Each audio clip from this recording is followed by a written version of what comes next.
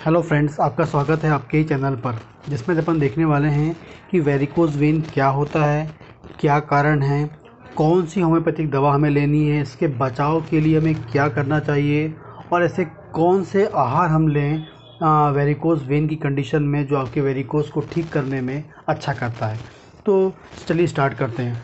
Varicose जो होता है या जो वेरिकोज वेन का एग्जैक्टली मतलब क्या होता है, जो हमारी बॉडी की वेन होती है, हमारी बॉडी में दो पाइप होते हैं, एक ऑक्सीजन ले जाने वाला पाइप जिसे हम आर्टरी बोलते हैं और एक मतलब ऑक्सीजन वाला ब्लड ले जाने वाला जो पाइप है आर्टरी होता है, और उसके बाद जो बिना ऑक्सीजन ब्लड लाने वाला जो पाइप होता है उसे हम वेन बोलते हैं।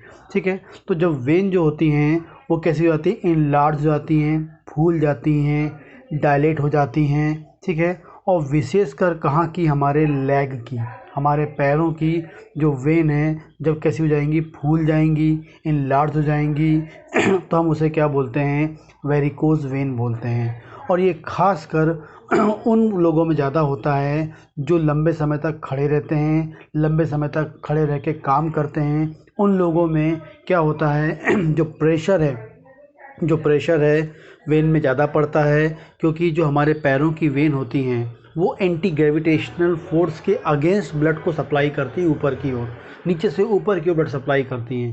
लेकिन यदि लंबे समय तक आप खड़े रहेंगे तो उनसे क्या होगा, उस कारण से क्या होगा, वेन पे प्रेशर जनरेट होगा और लंबे समय तक आप खड़े रहेंगे और ये प्रोसेस लंबे समय तक चलती रहेगी, सालों तक चलती रहेगी, तो फाइनली फिर आपको वेरिकोज वेन होने के चांसेस बढ़ जाएंगे। मतलब आपकी जो लेग की जो वेन है वो कैसी हो जाएंगी, इनलार्ज हो जाएंगी।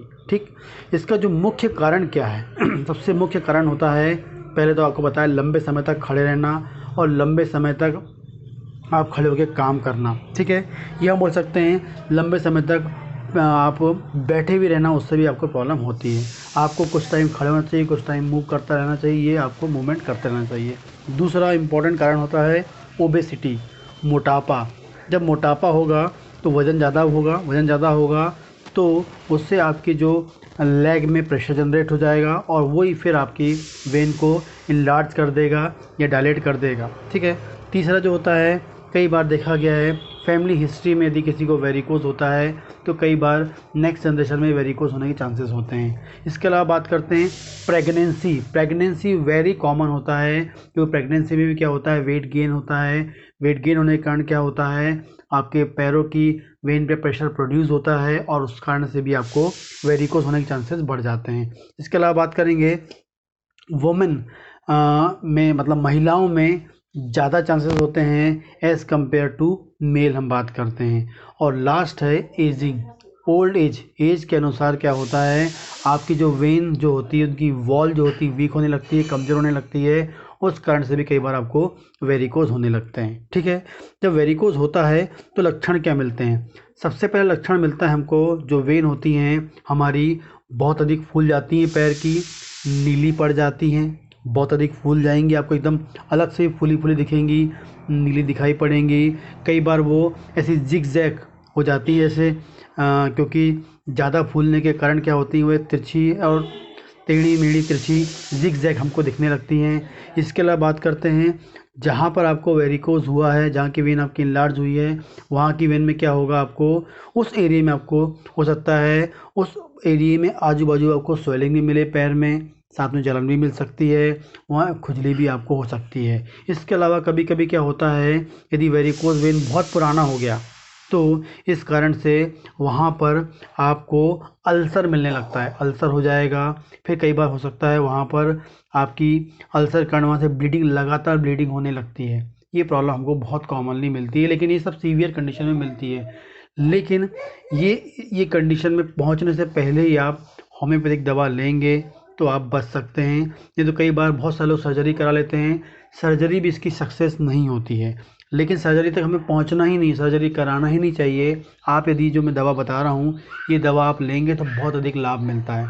और जब किसी को वेरिकोज होता है तो साथ में कई बार पैर में बहुत अधिक दर्द भी होता है, दर्द भी हमको मिलता है। तो जो दवा मैं बताऊँगा आप वो दवा लेंगे और साथ में कुछ बताऊँगा प्रिकॉशंस वो लेंगे और डाइट लेंगे तो आपको वेरिकोज की जो सीवियरिटी है वो ख़त्म हो जाएगी, सर्जरी से आप बच जाएंगे और आपका जो पैर है ठीक हो जाएगा। दवा का नाम है हेमामलिस। हेमामलिस मदर टिंचर आपको लेना है। हेमा मलिस मदर टिंचर आपको लेना है, जिसकी 15 से 20 बूंद सुबह, 15 से 20 बूंद शाम को आधा कप पानी में लेना है लगातार 90 दिन। ठीक है, हेमा मलिस मदर टिंचर। ठीक है, दूसरी दवा है Calcarea floor. Calcarea floor 12x लेना है, 4 गोली सुबह, 4 गोली दोपहर, 4 गोली शाम, लगातार आपको लेना है, ये भी 90 दिन लेना है। बहुत इंपॉर्टेंट दवा है। दोनों दवा यदि आप लेते हैं तो आपके जो पैर में दर्द हो रहा है और जो सिम्टम मिल रहे हैं, जो स्वेलिंग है, जो वहाँ पर आपको हो सकता है कि ब्लीडिंग हो रही है, बिल्कुल सब ख़त्म हो जाएगी।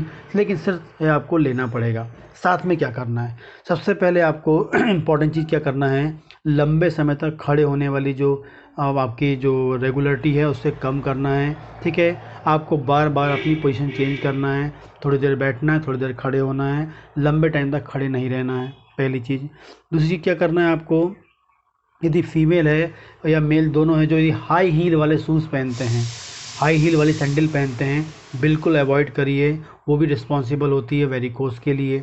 इसके अलावा आप क्या करें, रेगुलर एक्सरसाइज कर लीजिए, अच्छी एक्सरसाइज कर लीजिए, उससे आपको बहुत अधिक फ़ायदा मिलेगा।